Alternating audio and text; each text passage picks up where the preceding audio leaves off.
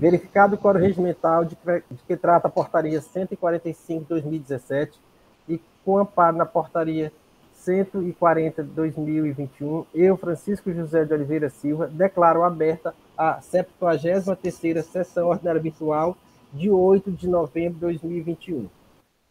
Como é a primeira sessão deste mês de novembro, não temos ata da sessão anterior para ser lida. Mas indago a Silvana se há resolução para assinatura. Sim, senhor presidente. O conselheiro Rafael Pereira enviou 3 resoluções, referente aos processos 4230-2019, Casa dos Relojoeiros, 1808-2019, ABB Limitada, e 2692-2011, TIM Nordeste S.A. E a conselheira Maria de Lourdes enviou um despacho para a perícia, processo 2626-2019, no VEX Comércio de Produtos Médicos, e uma resolução, processo 6597-2018, Usina Damião Limitada. É isso. Obrigado, Silvana, e obrigado aos conselheiros que entregaram suas resoluções. Reforço aqui a necessidade dos senhores entregarem as resoluções, já que estamos nos aproximando já do final deste nosso mandato, certo? E nem todos nós permaneceremos neste conselho, né? Vamos passar para a ordem do dia. Primeiro processo é o processo de recurso 16747-2018, aí 2018-15-662. Recorrente, Votorantim Cimento Nordeste S.A., recorrido Seju. Relator, Dr. Wander Araújo de Magalhães Uchoa. E o processo seguinte é o processo de recurso 11397-2018, aí 2018-18891, também Votorantim Cimento Nordeste S.A. e recorrido Seju. Relator, doutora Maria Lineide Silva e Souza. Indago aos senhores conselheiros se esses processos podem ser relatados em conjunto. Indago também aos advogados, ao advogado e ao procurador se pode também ser em conjunto, se não houver nenhum prejuízo para a defesa da parte.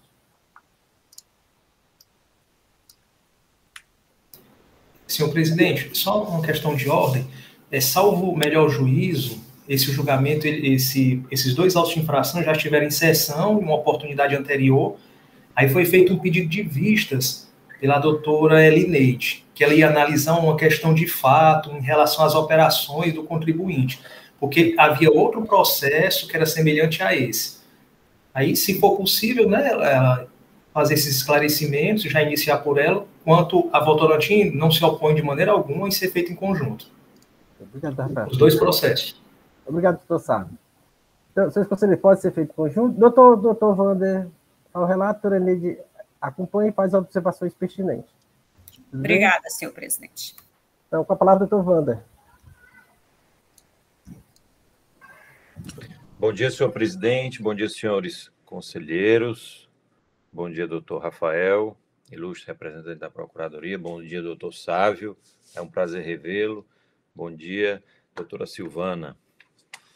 Senhor presidente, vou tentar ser objetivo em nosso relato, porque o processo já retorna a esta Câmara, mas em razão da composição ser diferente da anterior, quando veio pela primeira vez, eu creio que seja razoável fazermos o relato. Então, o relato da infração é lançar crédito indevido de ICMS em decorrência da não realização de estorno exigido pela legislação tributária, após o confronto das informações do bloco G da FD do contribuinte com as saídas tributadas para exportação e o total de saída dos períodos, verificamos que houve erro no índice de aproveitamento dos créditos do CIAP.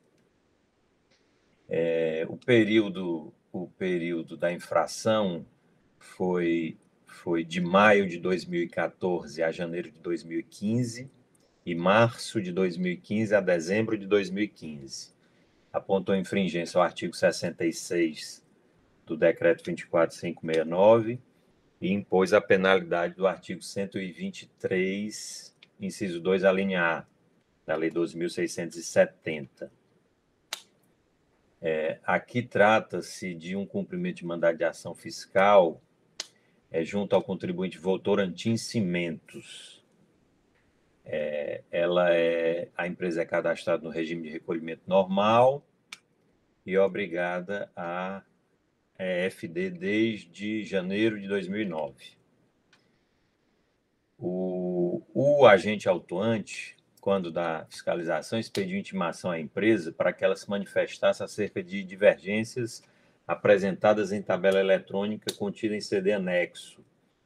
Não houve nenhuma manifestação por parte da autuada acerca dessas divergências apresentadas no termo de intimação. Assim, o agente do fisco constatou que a mesma se apropriou de 100% do crédito do SIAP em quase todos os períodos, com exceção de novembro de 2014 e julho de 2015. O trabalho de fiscalização analisou as informações constantes do bloco G, que é o controle de créditos de ICMS do ativo permanente, SIAP, da FD do contribuinte, registro G110. Por outro lado, ao verificar o registro C190, o agente fiscal constatou que a empresa autuada realizou operações isentas ou não tributadas. Assim, os valores corretos dos índices de participação deveriam ser menores do que 100% do crédito relativo ao SIAP, vez que só é permitido o creditamento proporcional às operações de saídas tributadas ou destinadas para o exterior. Os cálculos foram refeitos de acordo com a legislação específica e foi demonstrado mensalmente qual seria o valor correto do índice de participação do valor somatório das saídas tributadas e das saídas para exportação no valor total das saídas a ser utilizado. Foi aplicado, assim, o novo índice, a razão relativa ao crédito do ativo permanente para se chegar ao crédito que poderia ser apropriado. Por fim, o agente fiscal calculou os créditos indevidos em cada período, cujo montante foi de R$ 222.959,36. A hora recorrente apresentou à época tempestiva impugnação, alegando a suspensão da exigibilidade do crédito, a nulidade da autuação por irregularidade do termo de conclusão, tendo em vista que no mesmo não foram indicados os dispositivos legais infringidos, a base de cálculo e a alíquota aplicável ao caso. Que o coeficiente de apropriação do crédito no SIAP foi corretamente utilizado, pois a fiscalização não atentou para o fato de que em alguns meses não ocorreram operações isentas e não tributadas, o que lhe permitiria, em relação a tais períodos, a operação de todo o crédito. Que o agente fiscal violou inequivocamente a sistemática constitucional da não cumulatividade ao vedar integralmente o crédito fiscal impugnante. Que o agente fiscal não comprova a ocorrência das operações isentas ou não tributadas com crédito integral do imposto, limitando-se apenas a informar a existência das mesmas, que é a realização de perícia com o objetivo de persecução da verdade real, requer a aplicação de penalidade mais benéfica ao contribuinte, alega a impossibilidade de incidência de juros equivalentes à Selic desde o momento do fato gerador do suposto tributo devido. A julgadora de primeira instância decidiu pela procedência da acusação fiscal em decisão que encontra-se às folhas 89 a 92 dos autos. Discordando da decisão de primeira instância, a empresa apresentou recurso ordinário alegando as mesmas razões da impugnação e renovando o pedido de perícia. Acrescenta pedido de reenquadramento da penalidade para, caso seja mantido o entendimento pela procedência da acusação fiscal, seja aplicado o parágrafo único do artigo 126 da Lei 2.670. O processo é encaminhado para a célula de assessoria processual tributária, que, em seu parecer, ele manifesta pelo conhecimento do recurso ordinário para negar-lhe provimento, mantendo-se a decisão de primeira instância. Esse processo ele veio a julgamento na sessão do dia 17 de agosto de 2021 e foi sobrestado com a seguinte decisão. Após o relato e por ocasião dos debates, o senhor presidente sobrestou o julgamento do processo, Acatando as razões apresentadas pelo conselheiro relator, que informou a necessidade de estudo mais aprofundado da matéria em questão para a formação de seu convencimento. Agora, então, o processo retorna para apreciação do recurso ordinário. E aí, senhor presidente, eu gostaria apenas de arrematar este relatório dizendo que o pedido de sobrestamento que foi feito tanto no meu processo quanto no processo da doutora Elineide, a relatora do processo seguinte, né, que foi em relação a um estudo mais aprofundado da questão do creditamento, ou seja, da utilização do cálculo do coeficiente das operações com diferimento, né? Então, esse foi o objetivo de análise. É isso, senhor presidente. Obrigado, doutor Wander. Presidente, processo de relatoria, quais são as observações? Bom dia, senhor presidente, bom dia, senhores conselheiros, bom dia, doutor Rafael, representante da Procuradoria, doutor Sávio. O processo de minha relatoria é semelhante, ou posso dizer, quase tudo igual ao do doutor Wander. Eu ressalto só que refere-se ao exercício de 2016 e 2017, o crédito tributário é no valor de R$ 655.116,05 de imposto e multa no mesmo valor. E realmente, assim, os dois processos eles foram sobrestados na mesma sessão. A finalidade era realmente verificar essa questão do diferimento, né, o entendimento que a Câmara vinha tendo com relação ao diferimento no cálculo do CIAP, e também a questão do artigo 13, parágrafo 1º, deixa eu só ver aqui qual é, do decreto 33.293/2016, que estabelece algumas exclusões das saídas totais para fins de cálculo do CIAP, né? Então, a nossa discussão veio todo nesse sentido, né? Eu lembro que, à época, o doutor Leilson tinha um entendimento de que não aplicaria porque eram referente a fatos geradores pretéritos, né? E essa norma não caberia. Então, a gente terminou fazendo um estudo e verificando que a gente já tinha, e aqui eu passo, eu não sei, eu acho que é a análise de méritos, não sei se eu posso fazer agora, doutor Rafael e o doutor Salve, mas para uma questão de condução dos trabalhos, talvez fosse melhor.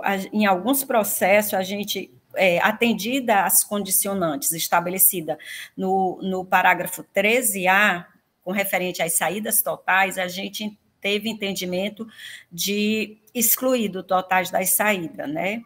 Tinha sido isso. Eu acho que eu fiz esse trabalho, esse estudo, levantamento, eu, o doutor Henrique e o doutor Leilson. E com relação ao principal ponto, que era a questão de manter, né, que foi o que o autuante fez, no numerador, as operações diferidas também, porque nesse caso aqui, nesse momento, elas não tinham tributação, daí elas se equipararem à questão das isentas ou não tributadas, já que é para atender ao princípio da não cumulatividade. Então, a gente não considera, embora saiba que a operação diferida, ela é tributada, mas é tributada numa etapa posterior, nessa etapa aqui, ela não teve tributação, né? Então, foram esses dois aspectos que foram basicamente levantados.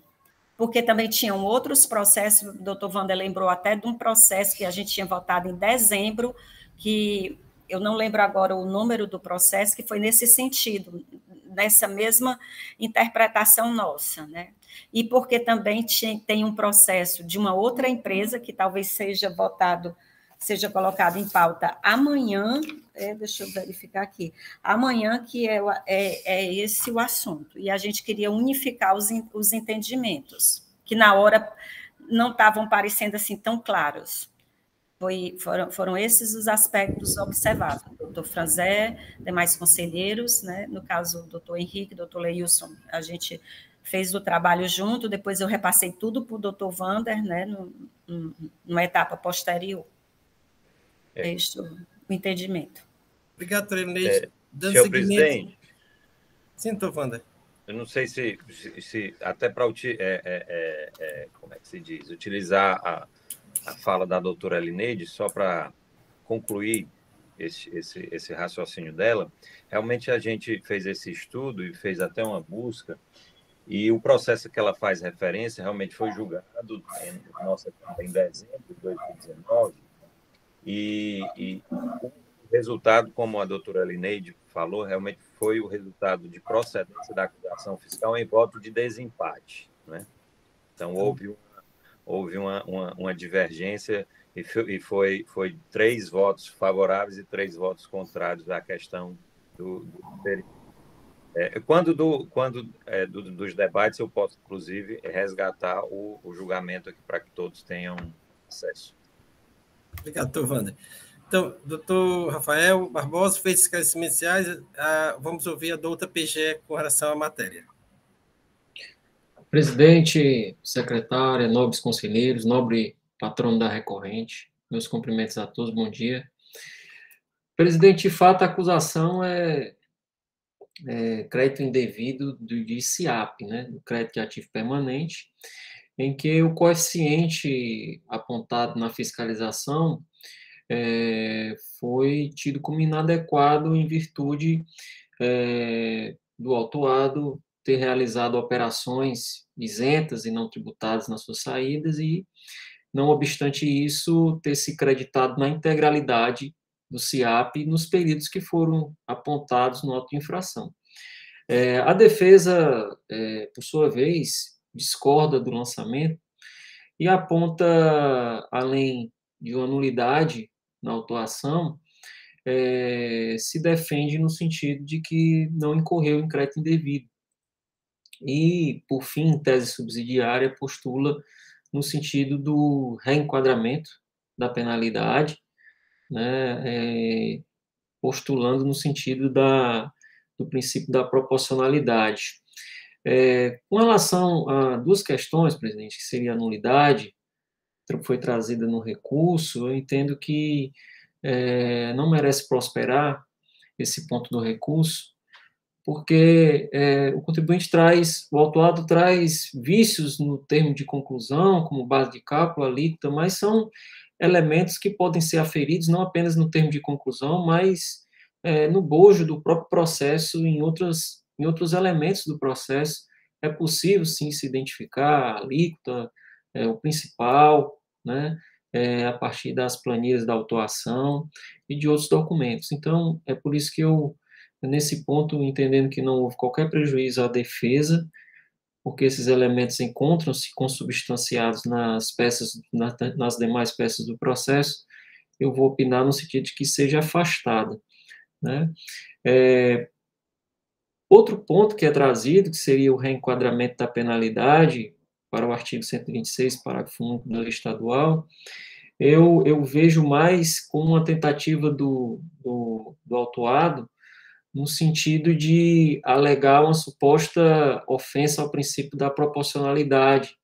Entendo que esse pedido esbarra na súmula, no óbice da súmula desse CONAT, que impede o controle de constitucionalidade de normas, né, considerando ainda que não remanesce nenhuma dúvida com relação à aplicação adequada da penalidade, já que as operações que são objeto aqui do auto de infração não se enquadram nos elementos previstos no artigo 126, caput, parágrafo único, né?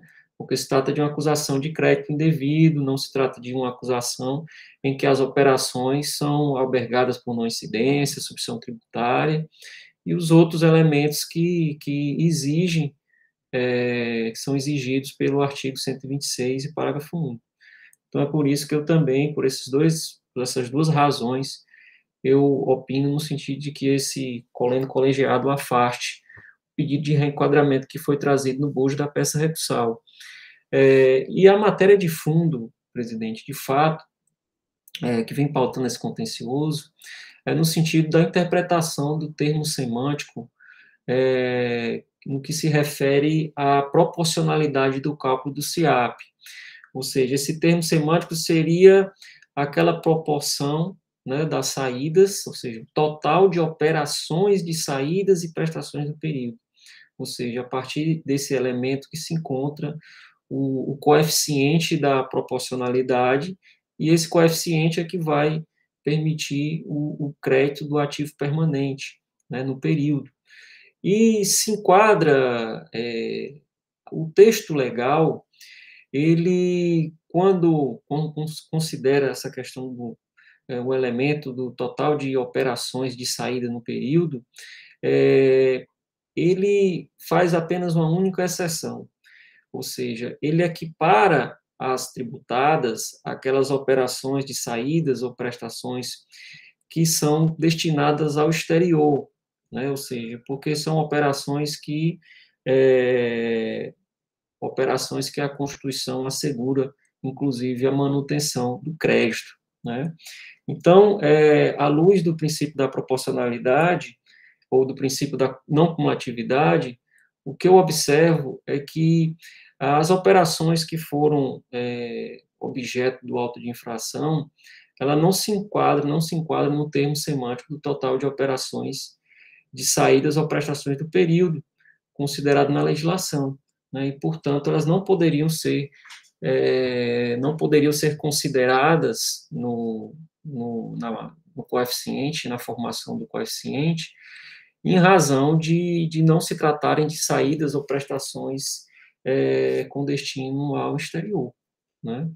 Então, o autuado traz algumas operações que ele pretende que sejam excluídas do coeficiente, que seriam aquelas... ele fala de algumas operações que seriam saídas com destino ao exterior, e essas operações, de fato, são consideradas pela legislação como tributadas, mas não traz elementos no sentido de que praticou operações nesse sentido, ou que o fiscal tenha incluído esse tipo de operação no cálculo do SIAP, né?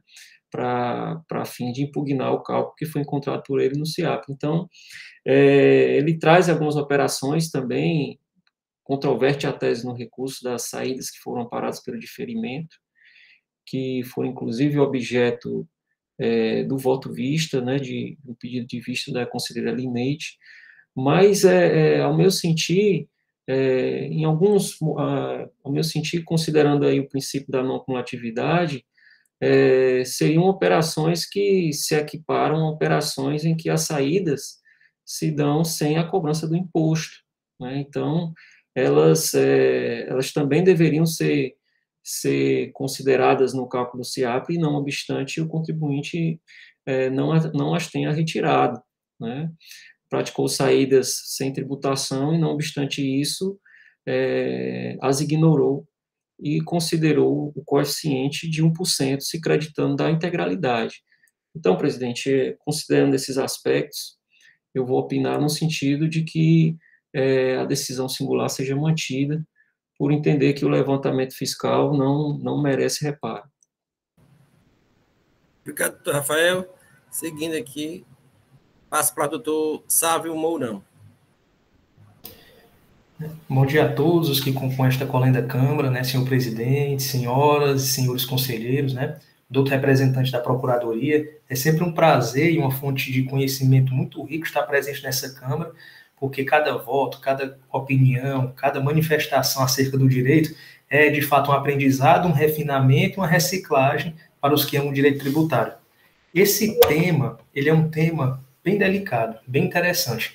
É um tema que até mesmo ele gera diversas discussões, gerando discussões e empates em outros processos, como esse, gerando até mesmo um comentário interessante que eu fiz questão de marcar em relação ao parecerista da assessoria tributária, que ele fala que o tema, que a princípio, né, que o imposto devido, no caso, a tese trazida pelo contribuinte é algo relevante, é algo que ele entende relevante, mas por outras razões não a considerou. No que diz respeito à defesa do contribuinte, no que diz respeito ao estorno de 100%, nos meses em que não houve saídas isentas e não tributadas, simplesmente não há estorno a ser realizado, devendo o todo o crédito, 100%, ele ser apropriado pelo contribuinte e levado para a conta de apuração do ICMS. Como essa Câmara ela já analisou, na verdade, os conselheiros, né, de indicação do fisco já fizeram análise em relação ao diferimento, né, que é uma situação do diferimento que é fundamental para a relevância do julgamento que se apresentará. Mas o montante do crédito, ele a ser apropriado, obtido, né, o valor das operações de saída e tributadas, ela pode ser classificadas e definidas, definitivas e provisórias. Só lendo aqui um destaque, ó, que alguns exemplos são dessas saídas definitivas, que é a saída com destino ao exterior, citado pelo procurador, saídas amparadas pelo diferimento do ICMS, operações isentas e não tributadas, com previsão legal de manutenção de crédito do ICMS, saída com base de cálculo do ICMS reduzida. Agora, para o cálculo do coeficiente da recorrente, deve-se observar o seguinte: apenas as saídas definitivas serão consideradas, ou seja, somente aquelas que transferem a titularidade, que são as saídas provisórias, não devem compor o cálculo do coeficiente. Saídas com destino ao exterior, saídas com diferimento, saídas isentas e com redução da base de cálculo, com previsão de manutenção de crédito integral, serão consideradas como saídas tributadas. A questão do diferimento ela é essencial para ser levada em consideração no que diz respeito ao cálculo. O diferimento ele não é uma isenção. O contribuinte ele não deixará de pagar o ICMS. Em um momento devido, haverá o recolhimento desse ICMS. É interessante que teve até um julgamento da Votorantim, em outra circunstância, em que ela não se valeu do diferimento. Ela fez o pagamento por alguma razão, um erro de contabilidade, ela deveria realizar o pagamento num determinado período e não fez, o fez de maneira antecipada.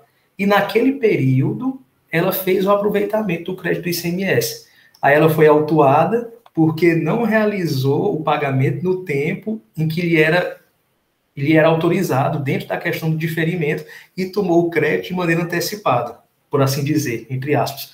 Nesse caso, se o diferimento ele não for considerado para o cálculo, porque não ocorreu dentro do período, ele estaria de maneira clara antecipando o vilipêndio ao princípio da não cumulatividade, porque aquele valor daquelas operações, num determinado período, ele vai ser recolhido.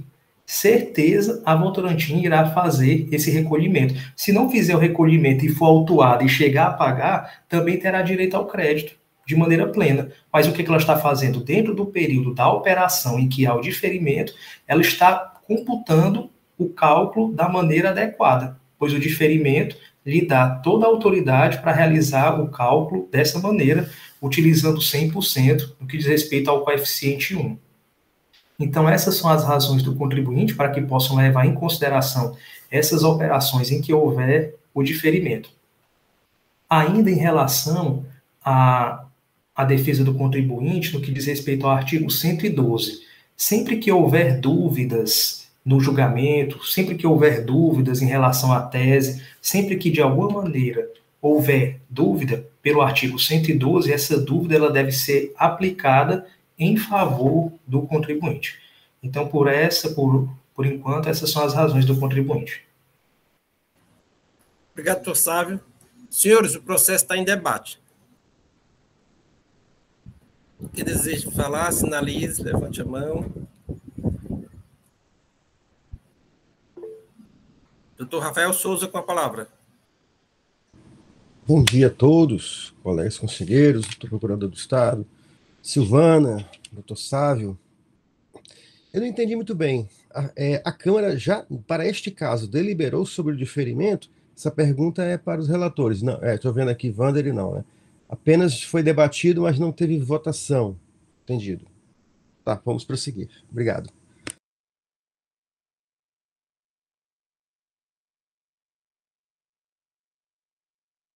Continue o debate, senhores. Eu tenho outra pergunta, né?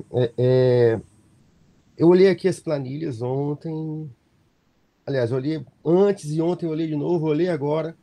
Eu não vi, assim, com facilidade uma identificação das operações com diferimento. Os relatores conseguem achar essa parte?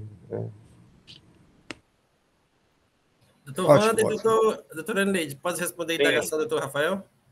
Sim, doutor Rafael. Na planilha da autuação, vai ter um arquivo, arquivo chamado resultado SIAP, né?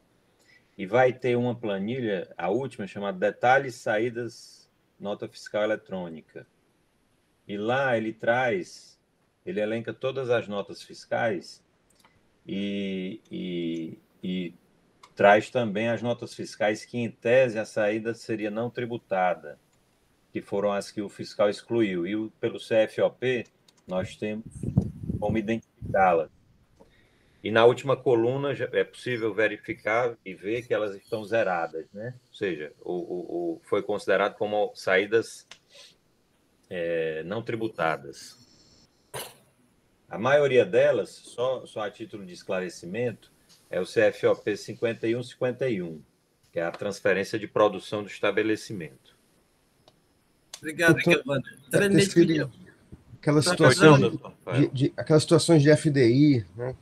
Um transfere para outro. Tem. Obrigado. Bom, doutora Neide também queria falar? Sim, senhor presidente. Embora essas operações elas estejam identificadas lá no denominador, lá na planilha, para a gente fazer alguma exclusão a título de denominador, e aí aqui já era no sentido da aplicação do artigo 13A, seria o caso de enviar para uma perícia, porque tem condicionantes, né? Se você olhar, saída do bem do ativo imobilizado, quando a operação não estiver tributada, retorno, exclui-se do total das saídas realizadas pelo estabelecimento do tomador. Aí ele diz assim: remessa a estabelecimento de terceiro de mercadorias ou bem para fins de industrialização, beneficiamento, conserto ou reparo, bem como para demonstração e armazenamento, desde que retorne ao estabelecimento nos prazos previstos na legislação. Então, seriam duas condicionantes. E a outra que teríamos que enfrentar antes de enviar para a perícia seria essa questão do diferimento, que aí, embora seja uma questão de mérito, deve ser enfrentada agora para ficar claro na perícia. Senhor presidente, só complementando, porque, inclusive, seria o quesito da perícia, né, doutora Elineide? Essa questão do diferimento, se exclui ou não? Ou não exclui. Doutora Jusileide, depois doutor Rafael Souza. Bom dia a todos, senhor presidente, doutor Rafael, senhor procurador, doutor Sávio Moura, aqui à parte, senhores conselheiros, doutora Silvânia, meu muito bom dia. De fato, eu acredito que eu estava na sessão em que a doutora Elineide pediu vista desse processo e, salvo engano, o foco seria a questão do diferimento, né? Foi essa, talvez, a questão do percentual, se ele estava realmente, de fato, de acordo. A doutora Elineide pediu isso exatamente para fazer esse apanhado, para que a gente tivesse um melhor entendimento para fazer o julgamento. E, como a parte trouxe aí diversas informações em relação às etapas aí do processo, acredito que a doutora Elineide deve partir para a perícia, já que precisamos de fato ter fatos que nos dê amparado para que a gente possa analisar esse processo e não haja nenhum prejuízo para as partes. Esse é o meu entendimento, presidente. Muito obrigada. Obrigado, doutor Rafael Souza, com a palavra. Senhor presidente, posso compartilhar uma tela aqui? Pode sim, doutor Rafael.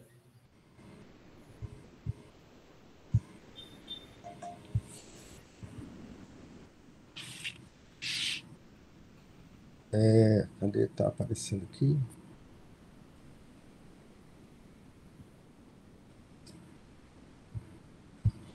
Esse aqui está aparecendo na minha tela, senhores? Está, doutor Rafael. Pronto, esse aqui é o bom e velho convênio sem número 70. A gente vai aqui na tabela dos CSTs. É a tabela B. E tem os códigos, né? Tal. 40 isenta, 41 não tributada, suspensão de diferimento. Operações realizadas por quaisquer contribuintes, nas quais o recolhimento do imposto seja total diferido para as saídas subsequentes. Muito bem. Fui olhar a tabela de novo aqui, aí parece que na hora da sessão a gente fica mais esperto. Tem os filtros, né? Essa aqui é a tabela, resultado SIAP Votorantim, Minas Jaibaras, né? Indícios, detalhes, saídas NE. A coluna E é o CST. E dá para identificar direitinho aqui o CST 51, que eu acabei de mostrar. E dá para colocar também só o CFOP de transferência, né? Então, já antecipando a questão, senhor presidente, né? Eu entendo que o diferimento não é ausência de tributação. Há a tributação futura, até porque na saída final vai ser tributado, e digo que aparentemente nas planilhas dá para identificar essas operações, né? Então, já estou colocando aqui a minha ideia para a condução da deliberação futura, que deve ser excluído o diferimento e que as planilhas deixam isso de forma fácil de achar. Muito obrigado, senhor presidente. Obrigado, doutor Rafael. Ao meu sentir, salvo engano, há uma inclinação por uma perícia? É isso, doutor Wander, doutor Rafael e doutor Elineide? É sim, senhor presidente. É sim, porque existe mais de uma situação. O então, diferimento é apenas vamos trabalhar delas. em cima disso. Quais seriam mais ou menos os termos da perícia, então?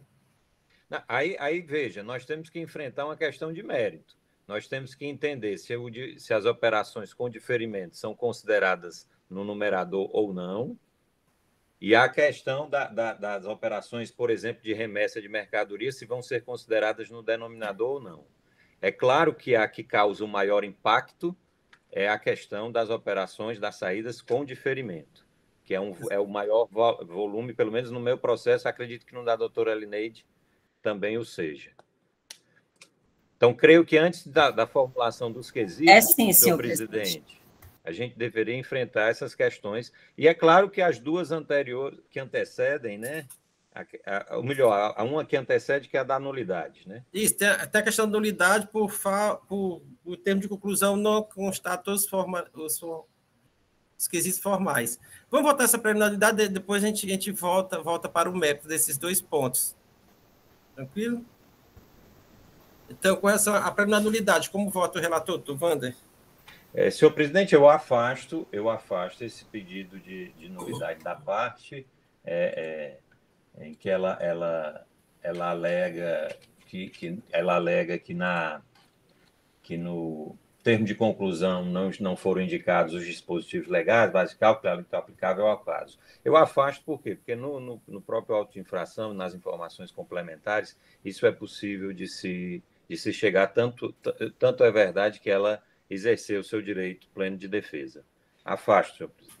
Doutora Elineide, como vota? No mesmo sentido, senhor presidente, afasto. Doutora Jusceleide? São os relatores, senhor presidente. Doutor Rafael? Acompanho os relatores. Doutor Henrique? Presidente, acompanho os relatores. E doutor Leilson? Relatores, presidente. Com relação aos dois pontos citados, sobre as operações com diferimentos e as remessas com retorno. Doutor Rafael Barbosa, quer se manifestar sobre as operações?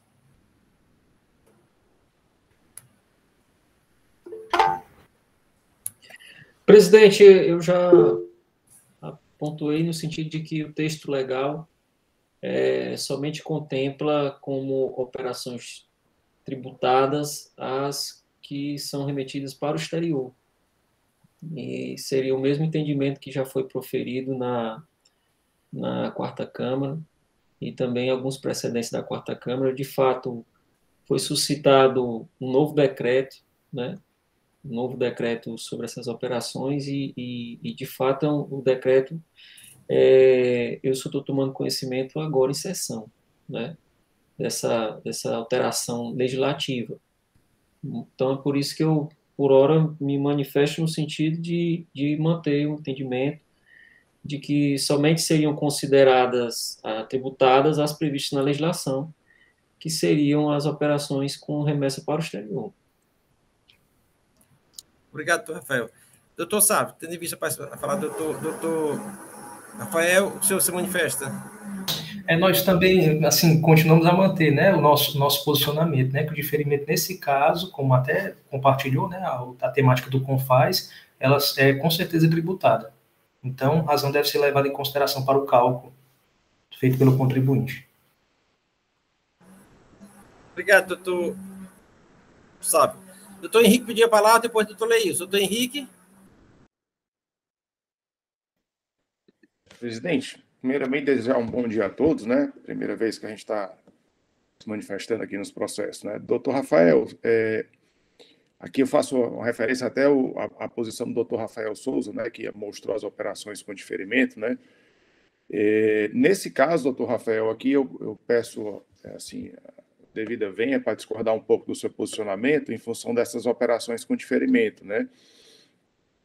Como o senhor bem sabe, essa empresa, acredito que seja beneficiária do FDI, né? Então é imposto a ela até essa obrigatoriedade nas operações de transferência, ela não se debitar e postergar esse débito desse imposto para a operação subsequente na saída da outra empresa, né? Que também é empresa do mesmo grupo Votorantim, né? Então, como já decidido aqui em decisões anteriores, e até adiantando meu posicionamento em relação a isso, eu entendo que realmente, nesse momento, essa operação não foi tributada, né? Não houve nenhum ônus para a empresa em relação a débito de ICMS dessas operações, como o senhor colocou lá no CFOP. Então, eu entendo que realmente essas operações devam ser excluídas, né? Desse cálculo do CIAP, né? E não considerar aquele valor que, basicamente, todos os meses foi considerado comum, né? Tendo direito a todos os créditos, né? E em relação a esse novo decreto também, das operações de remessa, nós já decidimos também anteriormente de aplicá-lo, né? Eu acho que até a nossa reunião, como a doutora Elineide bem colocou, nós entendemos que pode ser sim aplicada essa situação, né? E excluir essas operações do denominador, né? Que não sejam operações de saída efetivas, né? Como coloca o decreto. Seria essa a minha breve consideração, senhor presidente. Obrigado, doutor Henrique. Doutor Leilson, com a palavra.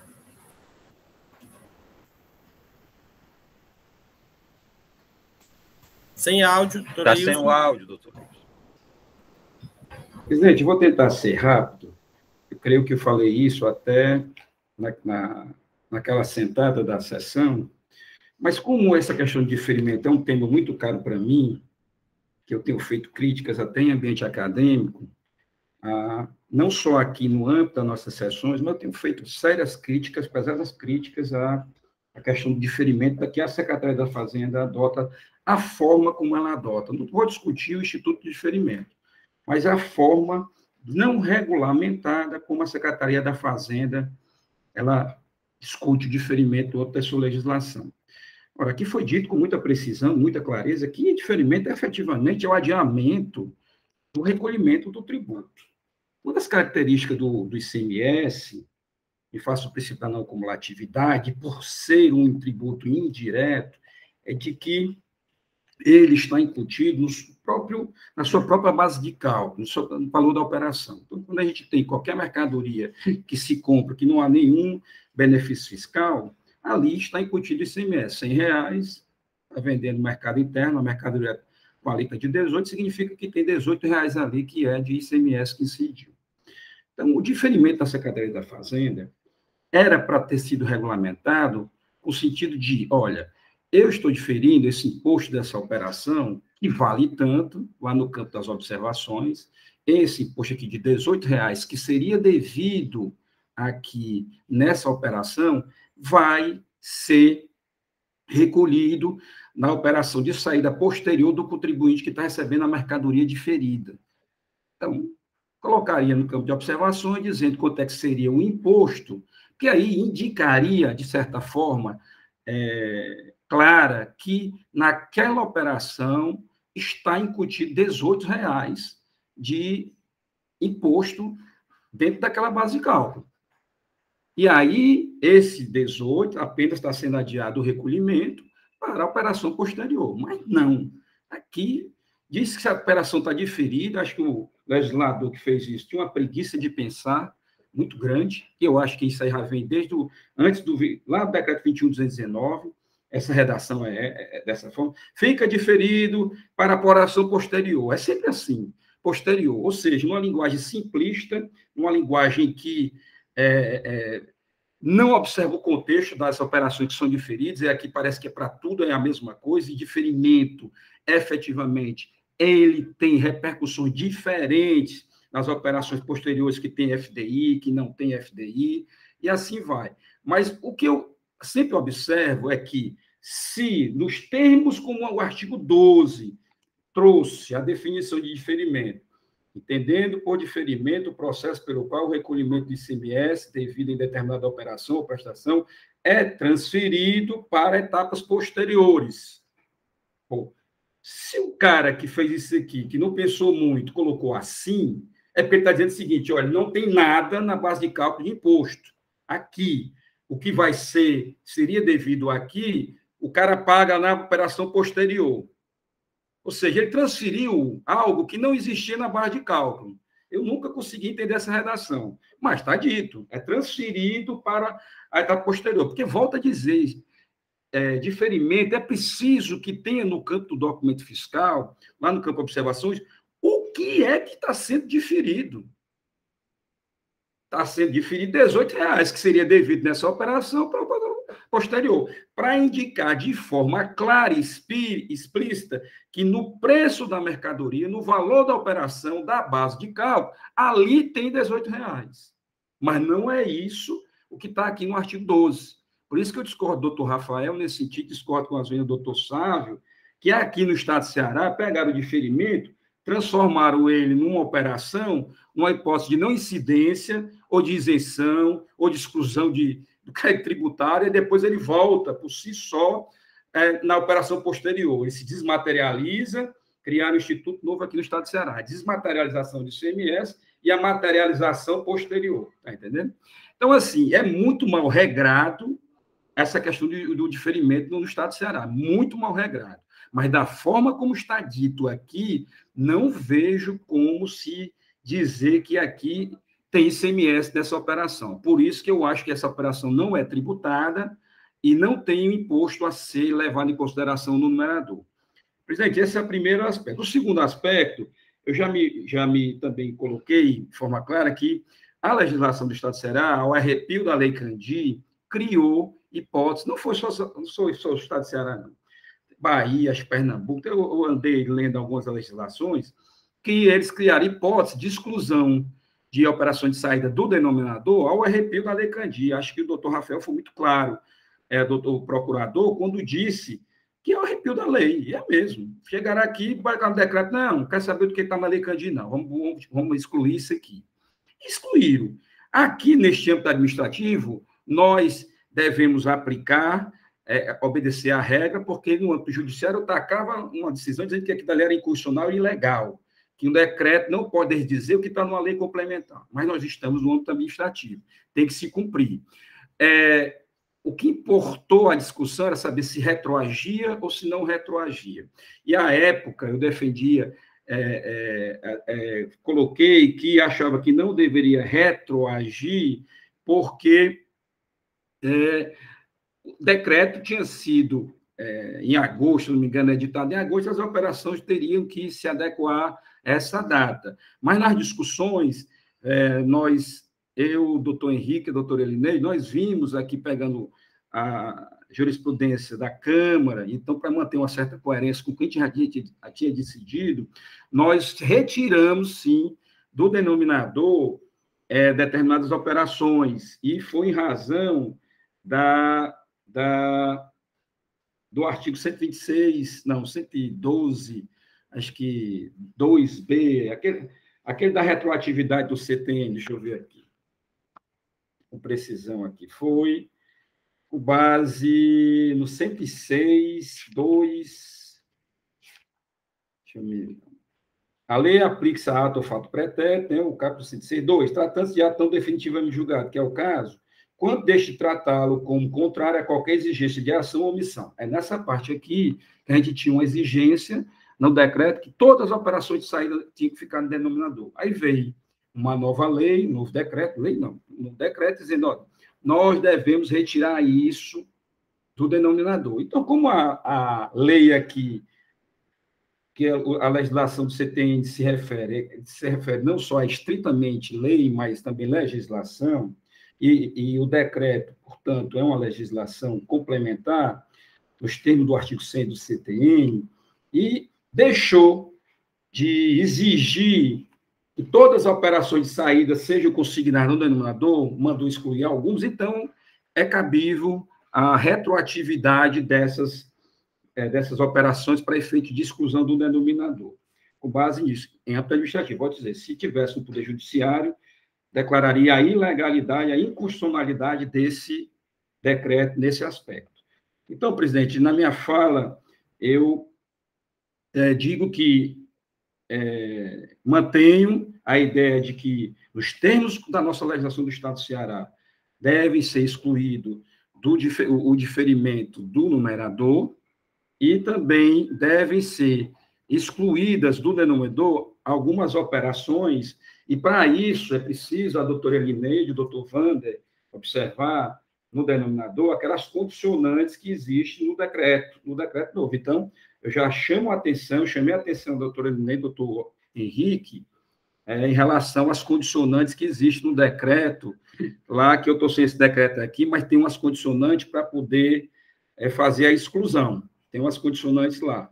Ela não é assim, se não me engano, tem que ter comprovação, não lembro mais do requerimento, acho que a doutora Elineide pode até me ajudar aí, o doutor Henrique, na época, na reunião, mas existe sim, presidente, umas condicionantes para se excluir as operações do denominador. Observadas essas condicionantes na perícia, é claro está que devam ser elas excluídas. Presidente, é a minha manifestação.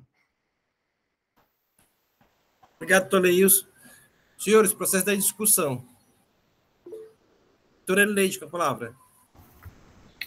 Só respondendo, doutor Leilson. Sim, doutor Leilson, na hora que eu fui até fazer a leitura do artigo, do parágrafo 13A, eu li as condicionantes, né? Era que no caso do inciso 1, é a questão do retorno, que são as de remessa, a devolução não tem condicionante, que é o inciso 2, e no inciso 3º, teria que verificar as notas fiscais, que é no caso de venda de ativo imobilizado, se houve tributação da operação.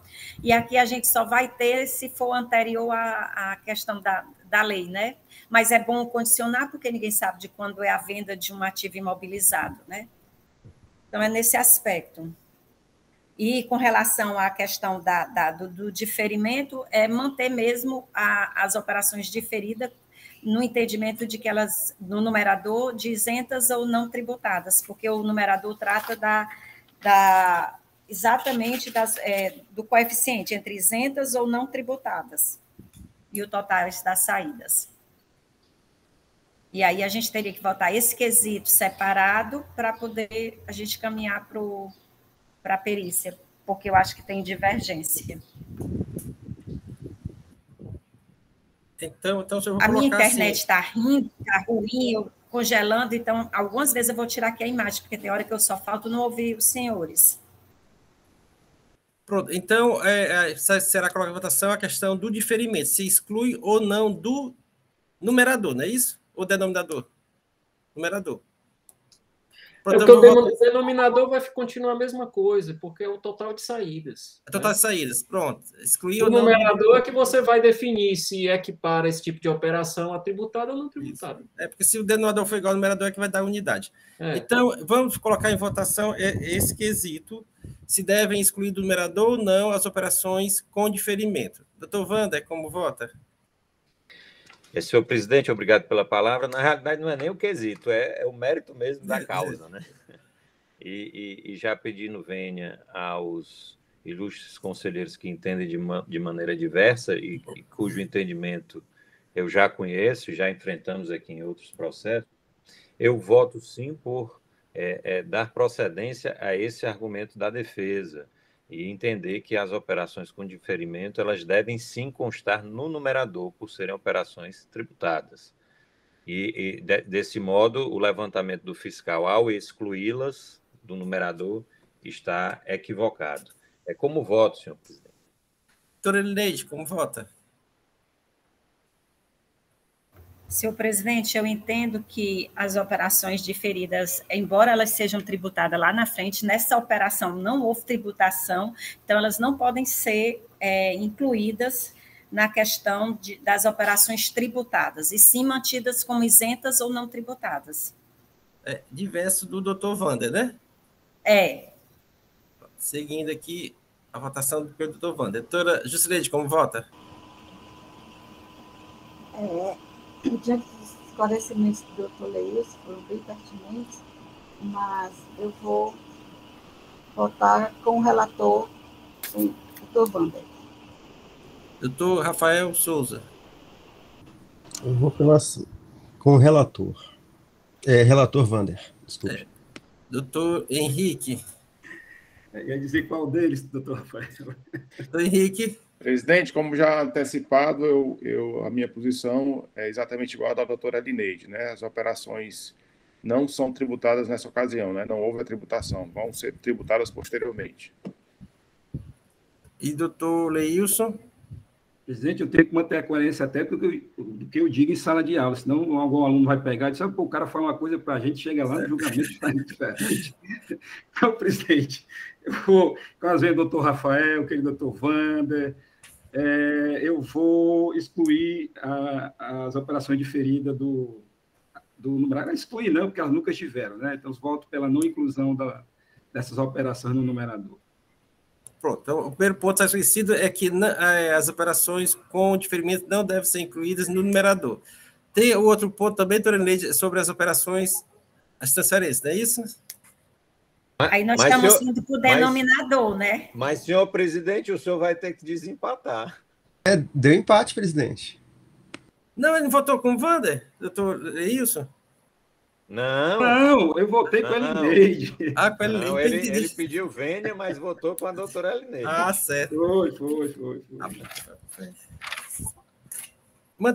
Mantendo coerência também, acho que o voto anterior meu, eu vou desempatar no sentido de não ser incluídas no numerador.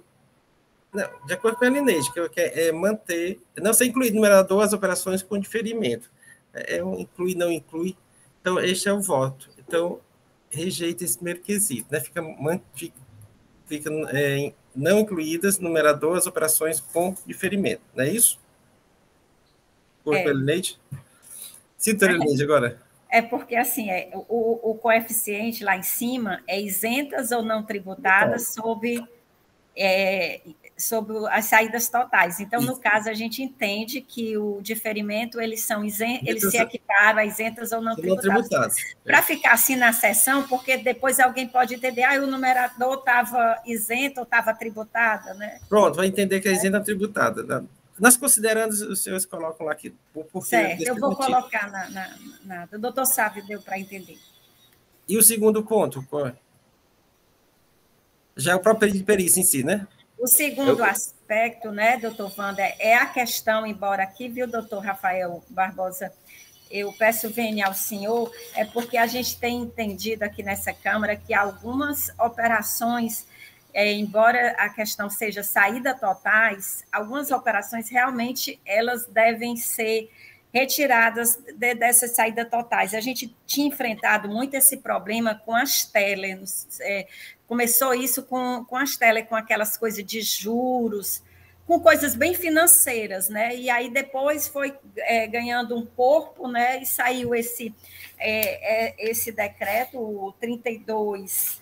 Deixa eu ver se eu pego aqui o número dele. 33.293/2019, que trata da nova parte do ICMS, e nele ele traz o parágrafo 13A ao artigo 60, onde ele coloca como exclusão do denominador a esses 3 itens. e aqui eu faço a leitura total, remessa a estabelecimento de terceiros de mercadoria ou bem para fins de industrialização, beneficiamento, conserto ou reparo, bem como para demonstração e armazenamento, desde que retorne ao estabelecimento remetente nos prazos previstos em lei. Daí o doutor Leís ter falado nas condicionantes. O item 2, devolução de mercadoria. Esse não tem condicionante, porque está devolvendo, realmente não compõe a saída dele, né? E 3, saída de bem do ativo imobilizado quando a operação não for tributada. Quando não for tributada. Então, são esses.